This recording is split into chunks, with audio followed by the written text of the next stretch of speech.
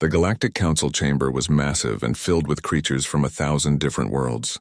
Captain Daniel Price stood at the center podium, wearing his dark blue uniform with silver buttons. He felt nervous but tried not to show it. Next to him stood Dr. Helen Morris, who knew many alien languages, Colonel Jake Bennett, who was a military advisor, and Dr. Lisa Crawford, who studied alien biology. They had been waiting for this moment for 3 years. The chamber had special pods for each species because they all needed different air and temperatures to survive. Some aliens floated in water tanks while others sat in pods filled with methane gas. The humans could breathe normal air, so they stood in an open area where everyone could see them. A tall crystalline being named Velkoth called the meeting to order. He was the council arbiter, which meant he was like a judge. His body was made of clear crystal that changed colors when he had different feelings. Right now he glowed soft blue, which the humans had learned meant he was calm and professional. Velkoth's voice came through speakers that translated his words into every language. The council recognizes the delegation from the planet called Earth in the Sol system. You have asked to join our council and receive protection under galactic law. Before we can vote on your membership, we must complete the standard registry protocol. Please tell us your species name and your planet's official classification. Daniel stepped forward and spoke clearly into the microphone. We are humans from the planet Earth. Our world is the third planet from our sun. We have oceans and forests and mountains and deserts. We are a peaceful species seeking friendship with other civilizations. Velkoth's crystal body flickered with amber light, which meant confusion. You call your world Earth, but our scans show this is not the official name in the Universal Archive. Please provide the proper name as it was registered in the ancient indexes. Helen looked at Daniel with a puzzled expression. She leaned toward the microphone. I'm sorry, Arbiter, but we don't understand what you mean. Earth is the only name our planet has ever had. We have called it this for many thousands of years. We don't know about any other name. Some of the alien delegates made sounds that the humans guessed was laughter. A reptilian creature from the Soran Confederacy spoke in a hissing voice. These primitives don't even know their own world's true name. How amusing. Velkoth's light shifted to patient blue. Every planet that develops intelligent life is recorded in the Universal Archive. This is a database created by an ancient race called the Precursors millions of years ago. Your world must have an entry in this database. We simply need to match your location to find the proper designation. Daniel nodded slowly. Very well. Our planet is located at galactic coordinates 27.3.44.8 in Sector 221b. Will that help you find the record? A small insect-like delegate named Zixthar began working with the archive computer system. His compound eyes changed through different colors as he searched the database. The chamber became quiet as everyone waited. Several minutes passed, and the only sound was the hum of air systems and the clicking of Zixthar's claws on the control panel. Suddenly, Zixthar's entire body went completely still and rigid. His translator made a strange stuttering sound and then went silent. All of his eyes were now focused on the human delegation, with an expression that somehow looked like pure terror even though he was an insect. Velkoth noticed something was wrong. Clerk Zixthar, have you located the entry in the archive? The insect creature turned very slowly toward the humans. When he finally spoke, his voice was barely a whisper. I have found it, but this cannot be correct. The coordinates match perfectly, but the name. Oh, by all the ancient stars, the name. A large reptilian delegate spoke impatiently. What is it? Just tell us the planet's proper designation so we can finish this meeting and vote. Zixthar's voice crackled with static before forming words. The planet these beings call Earth is registered in the Universal Archive under its precursor designation. He paused as if he did not want to continue speaking. It is called Corvash. The reaction was immediate and shocking. The chamber, which had been filled with casual talking, suddenly became completely silent. It was so quiet that the humans could hear their own heartbeats. Aliens who had been relaxed in their pods now sat frozen or began moving toward the exits. Velkoth's crystalline body flashed through many colors very quickly. White for shock, yellow for fear, purple for disbelief. Then it settled on deep pulsing red, which the humans had never seen before. His voice came out as barely a whisper. That is impossible. Corvash is a myth, a horror story we tell children to make them behave. It cannot be a real place. Jake Bennett stepped forward with his military training, keeping his voice steady even though he felt the fear in the room. With respect, Arbiter, we have never heard this name before. What does it mean? Why does it make everyone so afraid? No one answered at first. Several delegates had already left their atmospheric pods and were rushing toward the exit doors. Others sat completely frozen, staring at the human delegation with expressions of terror and morbid fascination. Some were making calls on their communication devices, probably warning their homeworlds.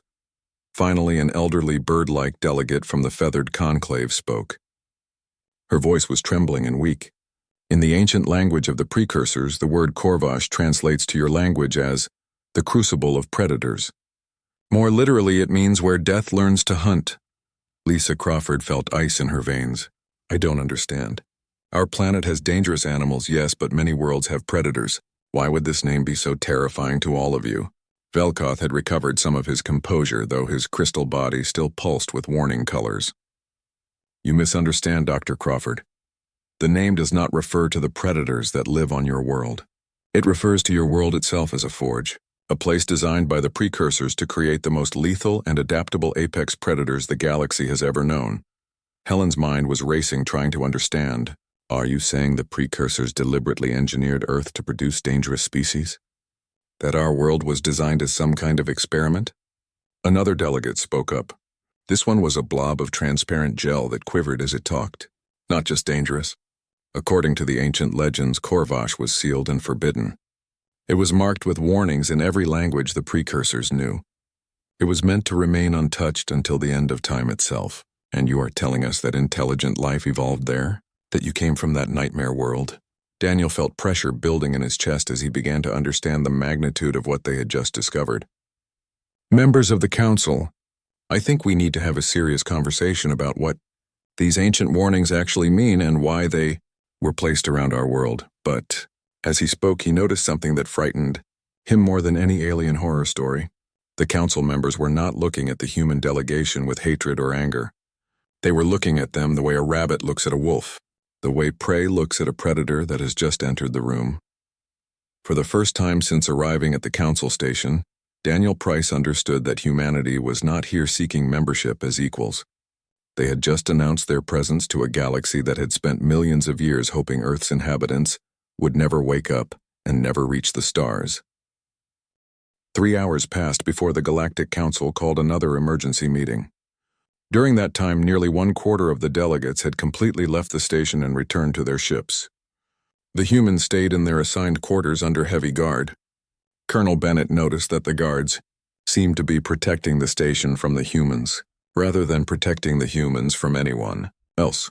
When the security team finally escorted them back to the chamber, the atmosphere was completely different. The casual diplomatic feeling was gone. Now the remaining delegates huddled together in small groups, speaking in hushed voices. Their security forces stood between them and the humans, creating a clear barrier. Velkoth addressed the chamber, and his crystalline form glowed constant amber, which meant caution and uncertainty. We have accessed the full precursor archive entry for the planet designated Korvash.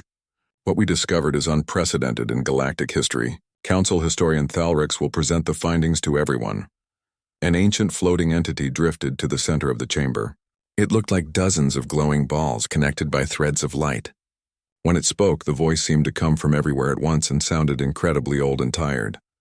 5 million years ago, by our current dating methods, the precursors were the dominant civilization in this galaxy. Their technology was so advanced that miracles were their everyday tools. They planted life on thousands of worlds. They guided evolution. They created wonders we can barely imagine today. Thalrix paused and its lights grew dimmer, but they also conducted experiments. They wanted to understand the ultimate limits of biological adaptation. They wanted to know the absolute ceiling of evolutionary potential. So they created testing grounds which were planets designed to push life to its absolute limits. A holographic display appeared in the center of the chamber showing a blue and green world. The humans immediately recognized it as Earth, but this Earth looked younger with continents in different positions than they knew. Korvash was their masterwork, and also their greatest shame. They engineered it with very specific parameters. High gravity to encourage physical strength, diverse and extreme environments to force constant adaptation, aggressive tectonic activity to prevent evolutionary stagnation. Most importantly, they seeded it with the most aggressive and competitive genetic templates they could design. Helen watched in fascination as the hologram cycled through different eras of Earth's history. She recognized creatures from her paleontology studies, but now they were presented in a terrifying new context that made her stomach turn. The planet was designed to be a perpetual arms race. Predator and prey locked in endless cycles of adaptation.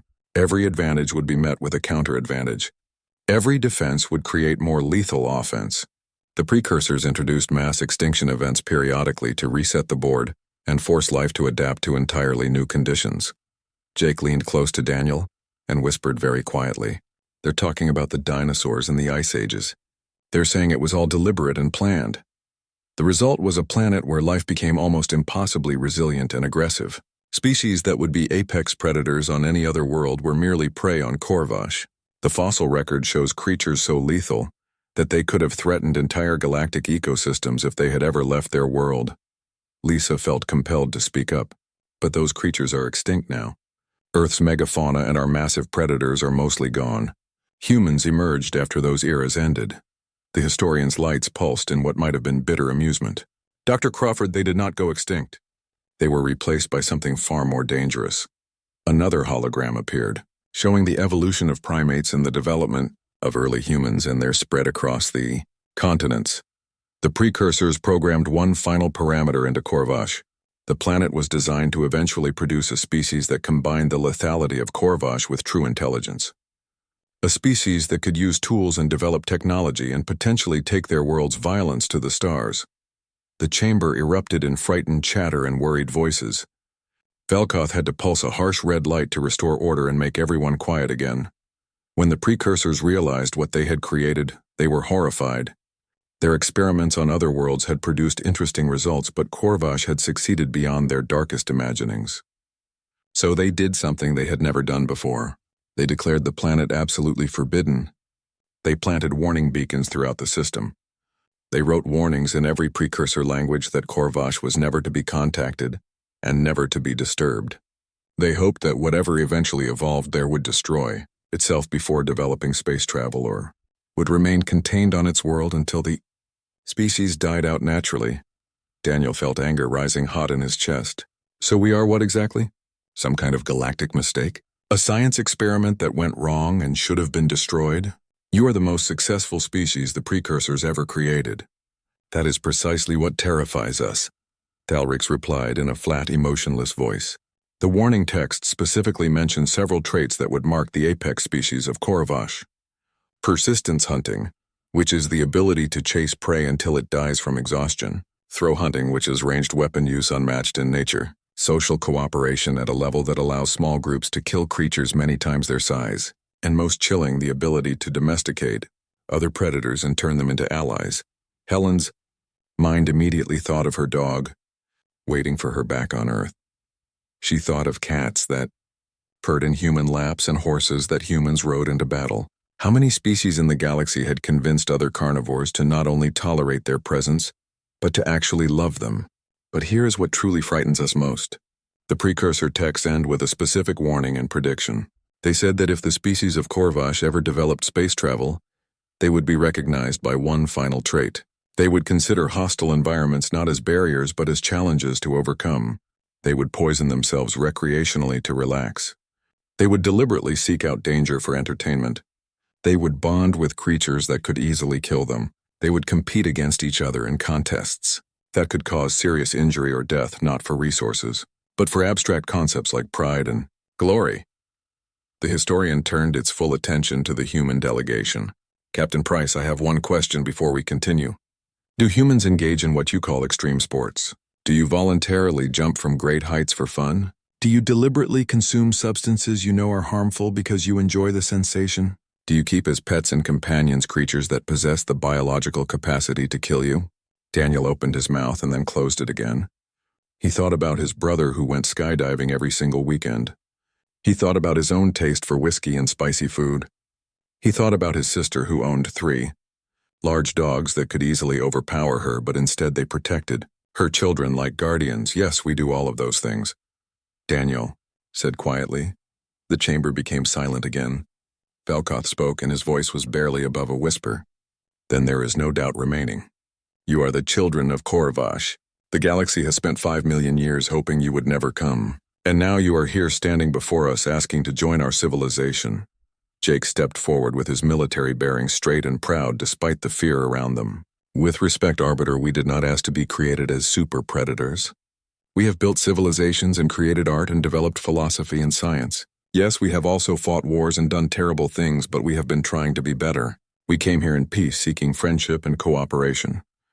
That is exactly what makes it worse. Don't you understand? The precursors designed you to be apex predators, but predators are simple. They kill and eat, and that is all. You are something far more dangerous. You are apex predators who build civilizations, who cooperate in millions and billions, who turned your predator instincts toward abstract concepts like justice and progress and exploration. You have weaponized cooperation itself. Helen felt tears in her eyes. So what are you saying? That we should just go home? That we are too dangerous to be part of galactic society? We came here hoping to learn from older and wiser civilizations. Instead, we find out we are the monster from ancient nightmares. Thalrix's lights pulsed in a pattern that looked like deep sadness. Dr. Morris, the question is not whether you are too dangerous. The question is what the galaxy does now that the children of Korvash have awakened and reached the stars. The precursors feared you so much they tried to hide you from history itself. Now we must decide whether to welcome you as friends or prepare for war against the most dangerous predators the universe has ever produced.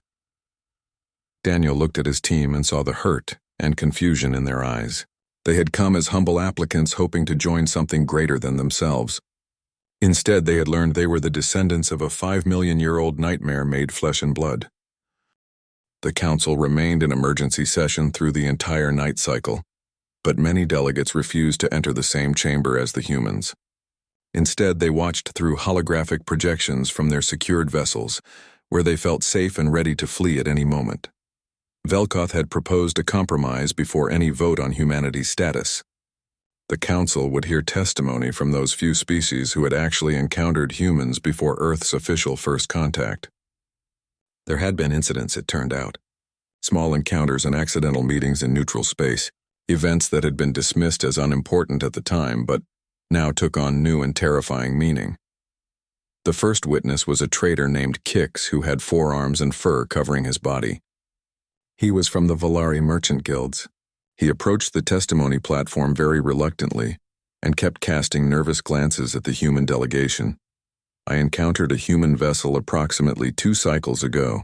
It was a small craft barely capable of faster than light travel. Clearly an early attempt at deep space exploration. They were lost because their navigation systems were malfunctioning. My crew and I offered them assistance. Velkoth prompted him to continue. What happened during this encounter? Nothing violent happened. That is not what disturbed us. It was everything else about them. Their ship was held together with what they called duct tape and hope. They had jury-rigged their life support system using parts from 3 different incompatible technologies. When I expressed shock that they had traveled so far in such a dangerous vessel, the human whose name was Chris Martin just laughed at my concern. Jake felt himself tense because he knew Chris Martin. They had served together in the early colonial missions before first contact. He laughed at the danger. Velkoth pressed for more details. He said, and I remember the exact words because my translator flagged them as possibly containing a threat. He said my ancestors crossed Earth's oceans in wooden boats not knowing if they would ever see land again. My grandfather flew aircraft held together with wire and prayers. This is actually pretty safe by our standards.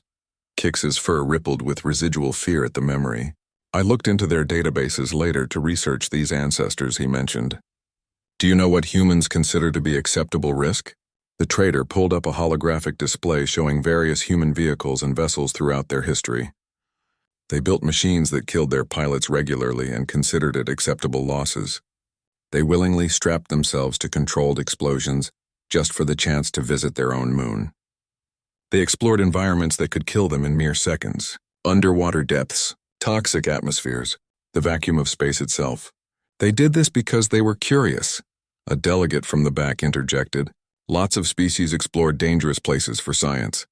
Not like this, they don't. Other species take every possible precaution and wait until technology is completely proven safe.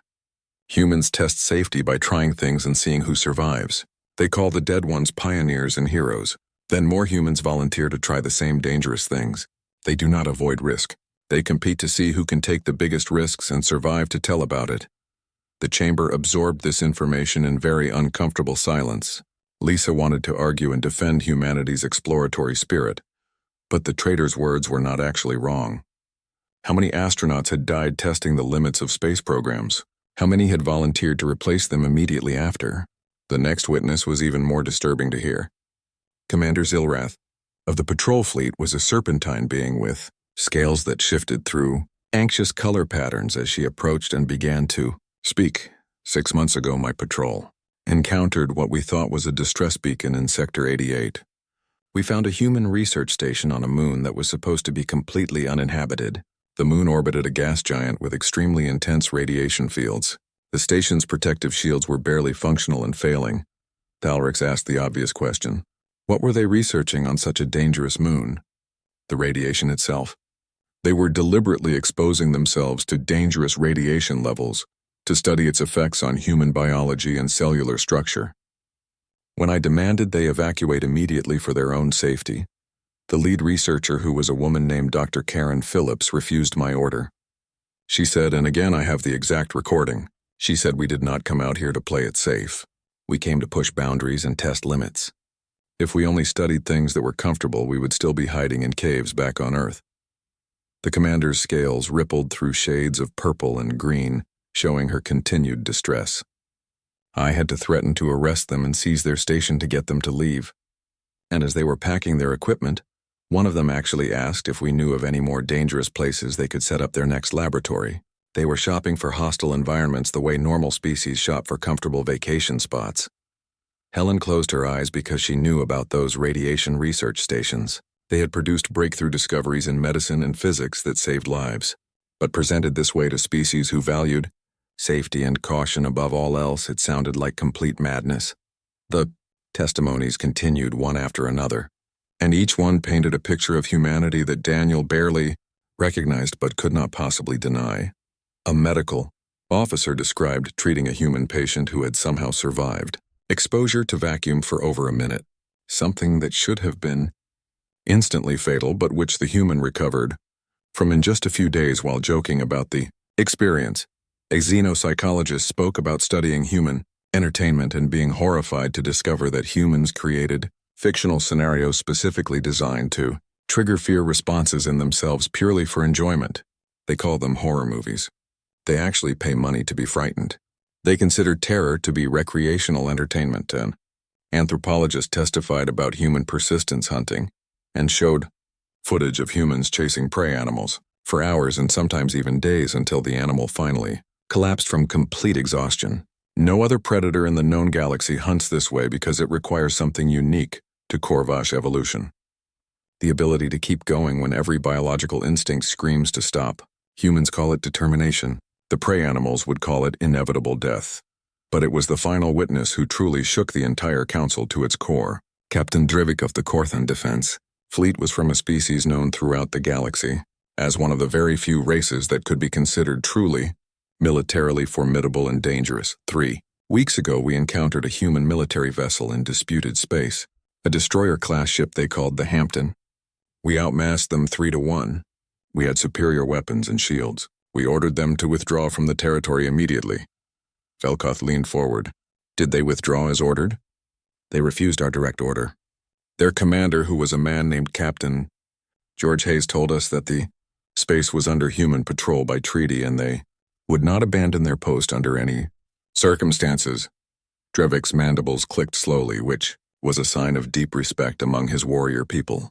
We prepared to open fire. We were absolutely certain we would win the engagement. We had every possible tactical advantage. What stopped the battle? Captain Hayes transmitted a message before hostilities could begin. He said, "We do not want to fight you, but we will if we must. You should know that humans have a saying. We did not claw our way to the top of our food chain just to back down now. If you fire, we will respond with everything we have. We may lose this battle, but I promise you will never forget us." Drevik paused and his voice grew quieter. Then he did something that still haunts my dreams.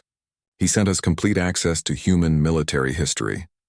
A holographic display activated showing scenes from human conflicts throughout their entire history.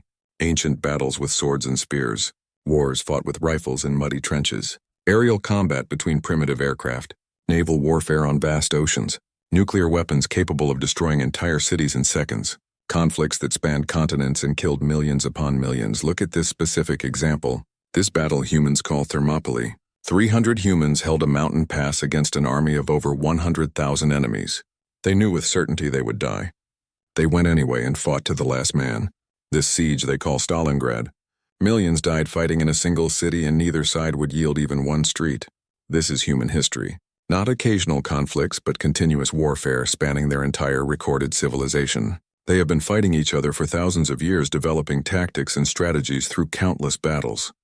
The captain's voice dropped to something that sounded almost like awe mixed with terror. We withdrew our forces. Not because we could not win the battle, but because we realized that even in victory, the cost of facing a species that has been perfecting the art of warfare since before they had space travel would be absolutely catastrophic. Captain Hayes did not threaten us with words. He simply showed us what humans actually are, and we decided that some spaces were not worth fighting for. Daniel felt a complex mixture of pride and shame washing over him. Humanity's violent history was now laid completely bare for the entire galaxy to see and judge. The human delegation sat in their quarters aboard the council station for 2 full days, while the deliberations continued without pause. Through the transparent walls of their section, they could see warships arriving from every direction. Dozens of them representing every major military power in the galaxy. The message was absolutely clear. If the council voted against humanity, there would be an immediate military response. Daniel watched the ships take up strategic positions around the station and felt cold dread settle deep in his stomach. They are preparing for war against us. Jake stood beside him, carefully analyzing the formations with his experienced military eye. Multiple fleet configurations from different species. They are not just preparing to fight our ships. They are preparing to launch a direct strike against Earth itself. Look at those formations carefully. Those are planetary siege positions designed for orbital bombardment, Lisa whispered with fear in her voice. They would not actually do that, would they? Would they really try to destroy an entire planet with 8 billion people living on it? Helen had been studying the Council's historical records during their confinement in the quarters. They have done it before in their history. Twice in recorded galactic history, the Council authorized the complete sterilization of emerging species that were deemed too dangerous to be allowed to exist. Both times it was considered a tragic but necessary action. Both times the decision to destroy those worlds was completely unanimous. The door to their quarters suddenly opened, and to their complete surprise it was not a guard, but Velkoth himself, who entered alone. The Arbiter's crystalline structure pulsed with colors they had never seen before, patterns that suggested deep internal conflict and tremendous uncertainty. I am breaking protocol by coming here to speak with you privately.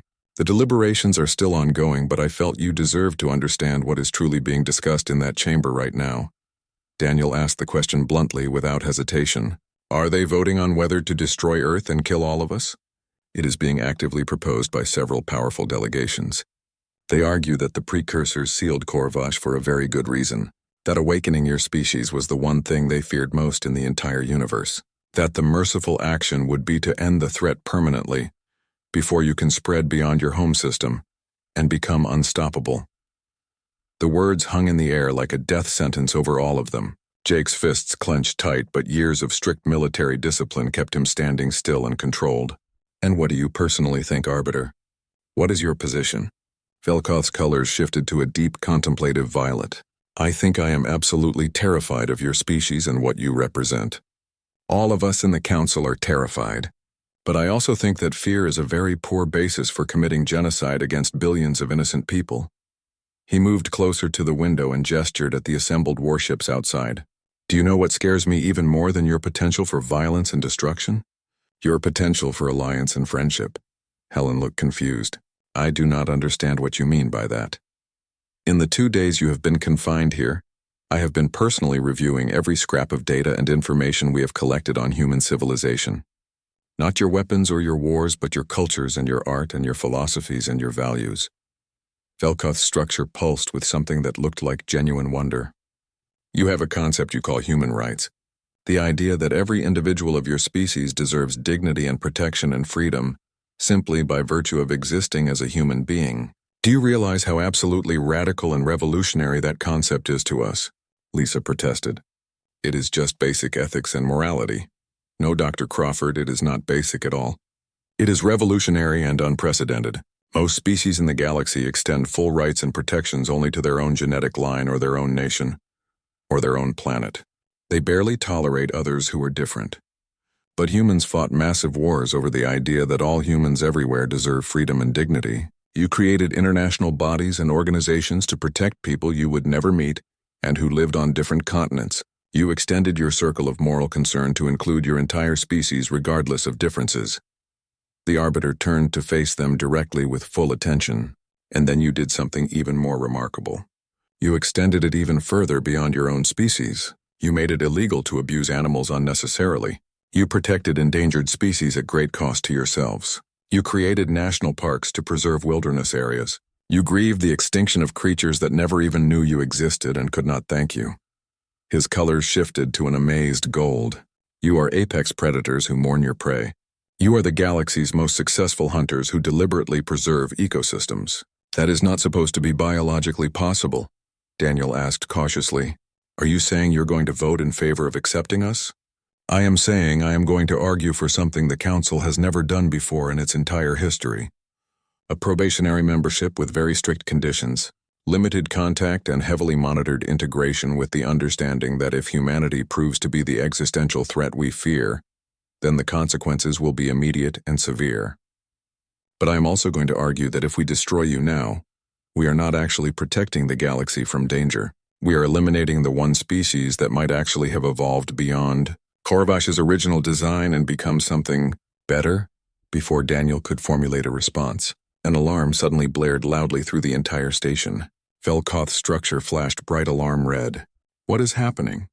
Jake was already reading the display panels that had automatically activated. Incoming vessels approaching fast. Multiple signatures on scanners. Hostile configuration and battle ready. Oh, hell no, Helen demanded urgently. What is it? What do you see? They are human ships from Earth. Our defense fleet. They are coming in very hot and ready for combat. Velkoth's colors cycled rapidly through panic and confusion and fear. This is a complete disaster. If your military attacks the Council Station now, then every single argument for humanity's peaceful intentions will be utterly destroyed. We will have absolutely no choice but to respond with overwhelming force and then… Daniel interrupted him. Wait just a moment. Something does not look right about this. Jake, what exactly do you see in that formation? The colonel leaned closer to study the tactical display with his experienced eye. He is right. That is not an attack formation at all. They are approaching fast, yes, but they are not targeting the station. They are positioning themselves directly between the Council fleets and the station itself. The communication system crackled to life with a human voice. Council Station, this is Admiral Scott Parker of the Earth Defense Force commanding the carrier Independence. We detected multiple hostile fleet movements toward this station and interpreted them as a direct threat to our diplomatic delegation. We are here to ensure the safety of our people. Velkoth quickly accessed the communication channel.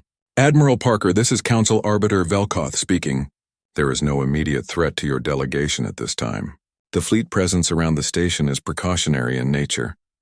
There was a brief pause, then Parker's voice returned heavy with obvious skepticism.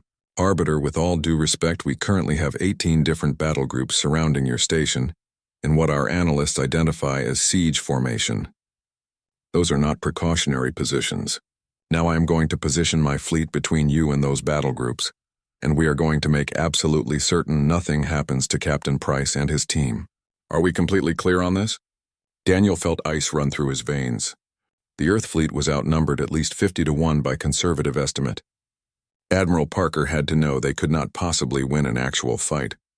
But he had positioned his ships to take the first strike and buy time for the diplomats to evacuate to safety. Daniel quickly spoke into the communication system. Admiral, this is Captain Price. We are currently safe. The Council is still in deliberations. I am ordering you to stand down immediately. Negative, Captain. We do not abandon our people ever. We are here to extract you if it becomes necessary. Jake groaned out loud. Sir, permission to speak very frankly? Daniel nodded. Permission granted, Colonel. We are completely screwed. The Council sees us as too dangerous to exist, and our immediate response is to send a fleet that cannot possibly win, but absolutely refuses to back down. We are literally proving their worst fears about us are completely true. But Velkoth's colors had shifted again to something none of them had seen before, a bright, almost luminous blue that seemed to glow from within. "No, you are wrong, Colonel. Do you not see what this actually means?" "This is exactly what we needed to see," Helen asked with confusion. "A suicidal military gesture is what you needed to see?" "Not suicide. Loyalty and courage. Your Admiral Parker knew his fleet would very likely be destroyed, but he came anyway because you were potentially in danger. And Captain Price, you immediately tried to protect both your people and ours by ordering them to stand down, even though they came specifically to rescue you." The Arbiter's structure pulsed even brighter. This is the other side of Corvash that the precursors never predicted. Not just the Kappa. The Council's final session began at dawn cycle by Galactic Standard Time. The humans were escorted back to the chamber under heavy guard, but this time something felt different. The guards seemed less fearful and more respectful in their bearing. Daniel noticed the change in their body language and the way they maintained proper distance without the nervous tension that had marked all their earlier interactions. The chamber itself had physically changed as well. The protective barriers between delegates had been lowered significantly. The seats were much fuller than before. Many of the delegates who had fled in fear had now returned, either watching via hologram or present in person as humanity's final fate was decided. Velkoth stood at the center of the chamber, and his crystalline structure pulsed with steady, authoritative silver light.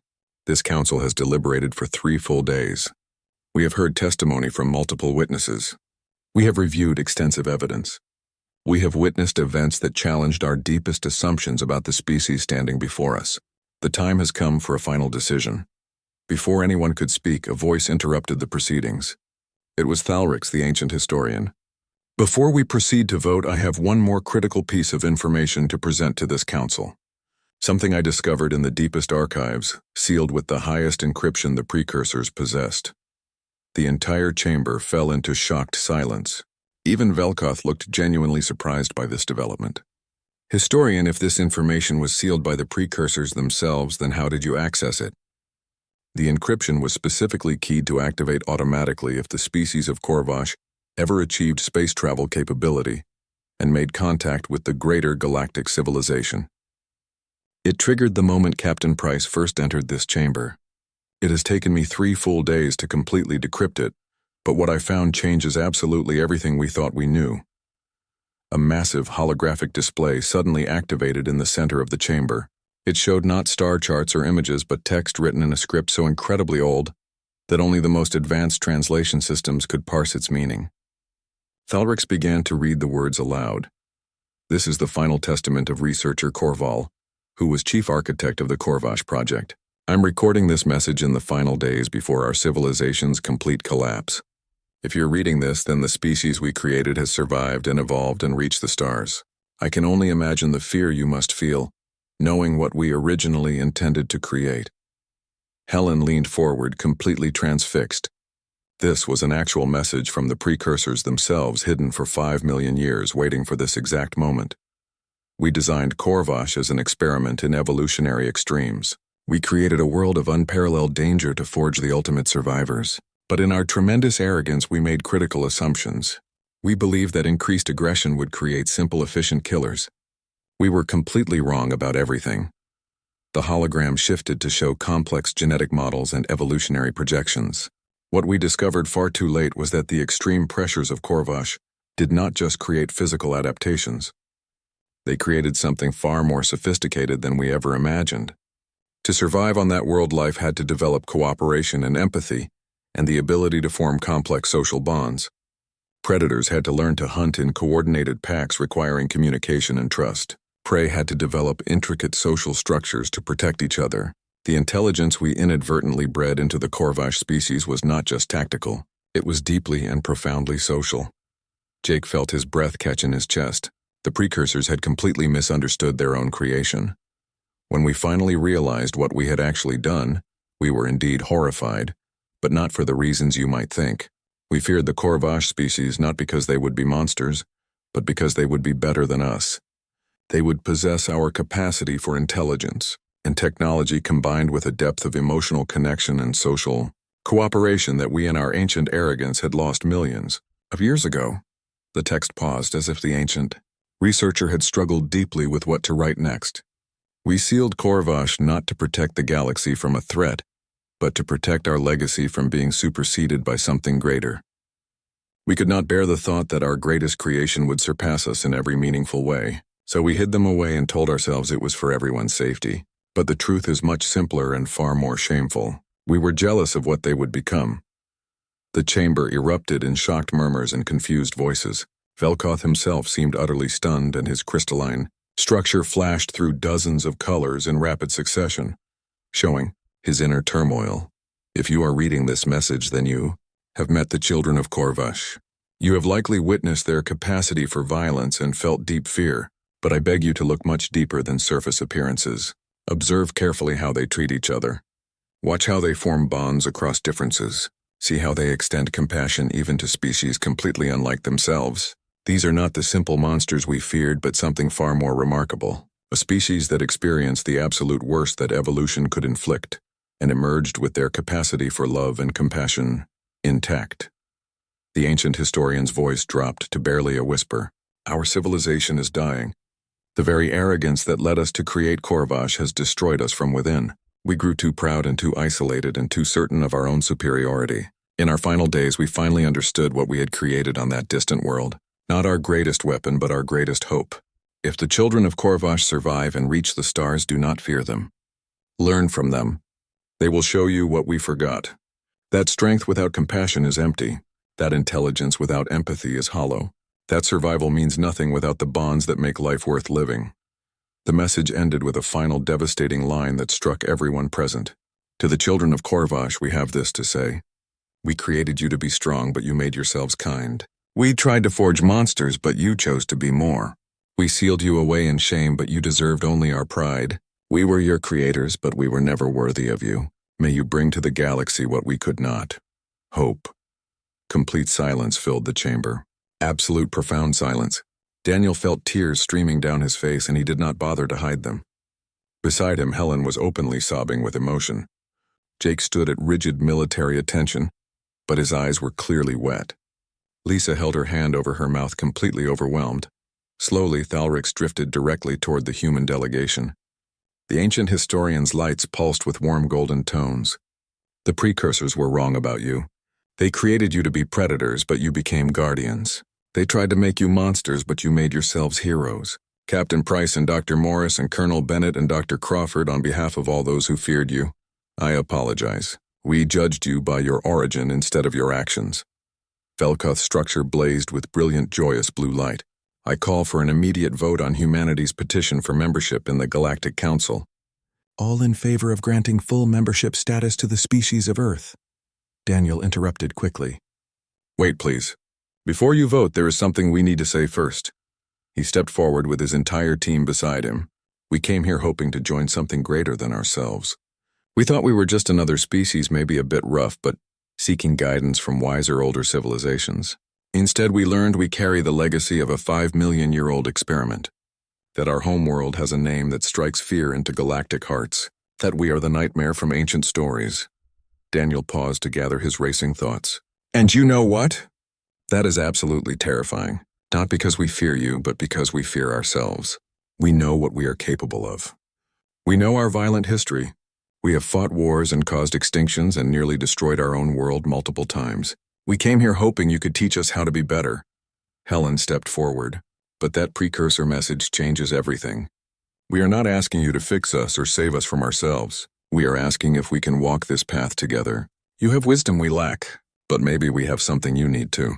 The universe made us hard, but we chose to stay soft where it matters most. It would be an honor to share that with you. Jake spoke with his military bearing. The Earth Defense Force came here ready to fight for our people. We expected to be underdogs, proving ourselves. Instead, we find out our ancestors were designed to be warriors. So let me make this clear. If you accept us into this council, we will stand with you. Our strength and our persistence and our refusal to quit will be in service of every species here. We will be the shield that does not break. That is not a threat. It is a promise. Lisa finished their statement. We are scientists and soldiers and diplomats and explorers. We are also descended from Corvash. We will not run from that legacy, but we will not be defined by it either. Judge us by what we do, not by what we were made to be. Captain Drevik stood slowly. I vote to accept humanity. Not despite their nature, but because of it. The galaxy needs allies who will not break. I believe we have found them. One by one every delegate stood, even those who had called humans primitives. Velkoth's voice rang key.